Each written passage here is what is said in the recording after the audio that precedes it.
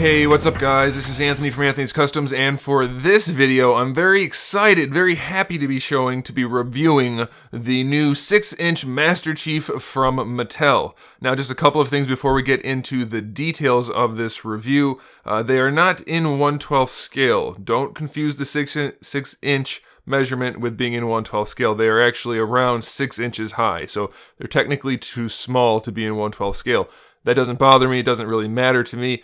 It would be cool if they were 1/12 scale, but it's not a big deal, just so you guys know they are not. They should be like 7 inches if that was the case, but they're not. So no big deal, but there's that. And these are right around a $20 price point, so just so you have a frame of mind, a frame of reference, that's what we're looking at here. And they all have removable armor. We're going to get into the details about that kind of stuff. But removable armor and generally 2 weapons, and some have interchangeable hands and things like that. This guy, we'll get into his specifics now. So let's get him off the stand and take a closer look. Alright, so before we even do the height measurement, I want to talk a little bit about the fact that people are going to be comparing these figures to the McFarlane ones, which we have grown accustomed to over quite some time since Halo 3. And the first thing most people are saying is that these need more paint. Well, technically, the McFarlane ones didn't have that much paint anyway. They just had a lot of dry brushing and wash on them, and they often looked pretty muddy and not that great. And these have quite a good deal of paint on them. We have lots of little detail bits like the gray and the dark green and the red. I think they have an appropriate amount of paint. Could they have more? Absolutely. Do they need more? I don't think they need it. It's a different type of figure. These are definitely leaning more toward the Joyride type of figures where they are still meant for, they're more approachable for younger kids, but they're still good enough for the older collectors like me and probably most of you. So would I like more paint? Yes. Do I feel like it needs more paint at the price point? I don't. I think it's an appropriate amount and I am okay with it. And if you guys remember, other than the very first bunch, the Halo 3 bunch from McFarlane, the articulation was really lousy on the Halo figures, and on these figures, it is for the most part very good. So I think just right off the bat, we're definitely getting our money's worth on paper. I mean, technically speaking, these have what they need to be worth the price point. So with that set aside, let's go ahead and take a look at the more specific bits of the figure. His legs are slightly spread apart, but he stands about 6.5 inches tall. So basically the same size as most Marvel Legends or DC Universe Classics, things like that. It's about 16.5 centimeters, right around there. And he does come with some accessories. First of all, we have the assault rifle, which does have a weapons peg hole in it, and it's got a decent amount of paint. The sculpt might be a little bit softer than some people would like, but it's definitely all there and it looks pretty good. He also comes with the energy sword, which is made really nicely. It's nice and translucent and has the painted handle. I don't care for that bit connecting the 2 tip pieces, and it does seem to be a little bit too large. But other than that, it looks really nice, so they're on the right track. And then in order to hold the energy sword, we have the alternate hand. Otherwise, both hands just have the trigger finger so they can hold weapons. Okay, so decent batch of accessories. They do hold the accessories really well. The sword holding hand is fine, and then the AR holding hand is fine also. You see we have the trigger finger in there, which we almost never got with the McFarlane figures. So guys, let's not look at things with rose-colored glasses or rose-tinted glasses. The McFarlane figures had more than their fair share of problems. So let's keep that in mind as we're looking at these new, as it might be called, replacement line of figures, which I gotta say I'm very pleased with overall. And just to talk about the paint a little bit more, let's zoom in. You can see he's got the metallic gold visor, which it looks really good. I'm more than okay with that. That is on par with any other figure in this scale with that type of visor, I guess. You can see we have lots of the little green bits and the gray. It's more than enough to give him the right look. They painted everything that they needed to. Sure, it could use a wash, but it's not necessary. It still doesn't look bad. It doesn't look like it's missing paint like the Jack Specific thing did, that big one. Things like that. I mean, it looks fine. Look at the hand. It's got all the paint it needs on there. The forearm has the little details. I'm perfectly fine with this paint job. We have a little bit more red on the backpack there. Just all around, it's definitely what it's supposed to be, and I am okay with that. Now, one of the concerns is that a lot of figures in this scale can't really hold their weapons properly with both hands. And here's one of the things I want to talk about, because I'm hoping somebody important from 343 or from Mattel sees my reviews and might be able to use some of this information going forward. That's the idea. I might be pipe dreaming here, but who knows? We do have a bicep swivel in the arm, which I'll show you as we go through the articulation, but in terms of just holding the weapons, on some of the figures, the bicep swivel is not enough because the bicep part of the armor will bump up against the chest piece, and on Master Chief it's actually one of the better ones. It's not that big of a deal. And then of course you have to deal with the weapon fitting in there also. You can see how that would be a problem. In the game, of course, they can just make everything clip through and it's fine. Master Chief's a good example of one that works pretty well. You can get his arms around and kind of force him to hold his weapon. You can see though that his hand is starting to pull off of that grip. So the thing we need to have, I think, which would solve this problem, is the bicep swivel that's there. So we have this one, the one that you would expect. That one's there, and that's the one that we have, and it's fine. But we also need to get one at the bottom of the bicep, so we can rotate the bicep around as far as we can until it hits the armor. But then, if we had the other one at the top of the elbow or at the bottom of the bicep, that would allow us to bring the arm around the rest of the way, and he would have no trouble holding his gun at all, other than, of course, you know, there's still going to be some issue of the weapon hitting the armor, but you can't do anything about that.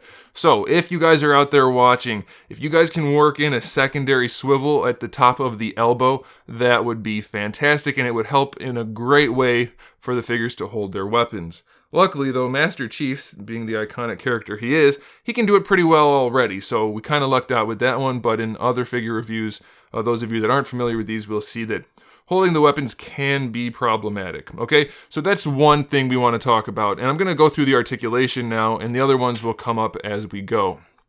All right, so for the head, we have a ball peg. It moves around pretty well. The only real limitation is where the head bumps up against the armor, and there's really not much you can do about that, but you can get the full swivel out of it. He can look up and down some, so I think that's okay. I also want to point out real quick, I love the proportions on these guys. They look so much more accurate to the in-game models than some of the other figures we've seen, so that's a great thing. Now, the torso armor, the entire torso armor, all of this, you can kind of see where it is. It is removable, but it's also a soft material, so you can kind of squish it when you're trying to move the arms and stuff, but it's not so soft that it's going to help that much. And this piece is connected to the torso, and it will flex a little bit, and it kind of helps the sculpt, but I'm not sure it's necessary. I'm thinking it might be better, and this is something to consider if you guys are one of those important people I mentioned, to leave this bottom half, this lower abdominal section, on the actual figure, or at least make it a separate piece that pegs in like the butt pad. All right, that might be better so that we just cut right underneath that curve for the upper torso. I think that would maybe help posability and maybe help the overall look of the figure, but I'm sure you guys can consider that as you might. So that's one thing, but so we have the okay head articulation, the double, I'm pretty sure it's a single, it might be a double, but the ball peg for the torso lets it rotate around. You can lean it back, lean it forward, side to side. Not a great deal of motion on the male figures, but it's definitely enough. For the shoulders, we have a ball hinge. Get really good range out of that. You can bring the arm all the way up. Super pleased with that. Of course, it rotates all the way around, and we already talked about the bicep swivel, so that's a good thing. Now, we have a double jointed elbow, so we have a little bit of a joint in the top part of the elbow, and then we have the one that's very obvious right there. So the top one only moves a little bit. It's going to come forward some, and on this one it's stuck. Let's see if it'll go on this side. Yeah, on this side you can see the top joint moves a little bit, and then most of the hinge comes from the bottom elbow. Unfortunately, even with that double joint, we only have about 90 degrees, and not even that in some cases, and Master Chief is one of them. So if they can figure out a way to enhance that range a little bit, maybe by incorporating an all-new elbow joint with that swivel I mentioned for the bicep, that will also help in a great way to give us the ability to hold the weapons appropriately. So maybe just a straight-up ball hinge, so that it'll swivel at both ends and have the hinge, that while it might take a tiny bit away from the look, it'll help a ton for the posability. And it shouldn't cost that much more because this is already a separate hinge piece. All right, so that's, I mean, they're already paying for that, and I know they've already molded it, so they've already paid for it. But if they can work in a true ball hinge, basically the same thing as the shoulder, but in the elbow, that would be fantastic. Now for the wrists, we have a hinge and a peg, so they swivel and hinge. It would be nice if that was a ball hinge, but I know we're talking at a $20 price point, so that's not going to happen. These are okay. They're fine the way they are. You have to pop the hands off to get the armor on. No big deal. No problems with that. It's all good. I know technically on the lower part of the elbow, that can actually swivel around, but not the armor, but the arm itself underneath the armor. It doesn't really help. It doesn't do anything, so it's really more just for the manufacturing aspect of it. So that doesn't really increase the posability of it. All right, so that's the arms. Now for the hips. The hips were a huge problem for the McFarlane figures, especially Halo 4 and 5.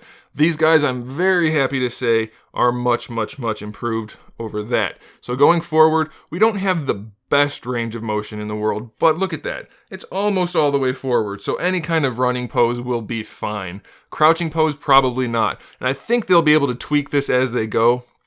You can see in the hip why it's limited. It looks really good going down like this. It kind of fills the cavity appropriately, but bringing it forward, since it's ovular, it pushes against the butt piece, and then it is somewhat limited. So I think they might be able to tweak that, kind of round out the pieces, maybe add that top green piece to the hip itself.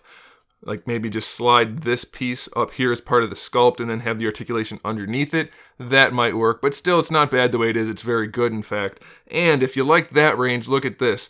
All the way out to the side, almost complete splits, and it's not even ugly. They did a really good job. I mean, I know we don't need the splits, but it's there, and it's not ugly, so I'm very happy about that.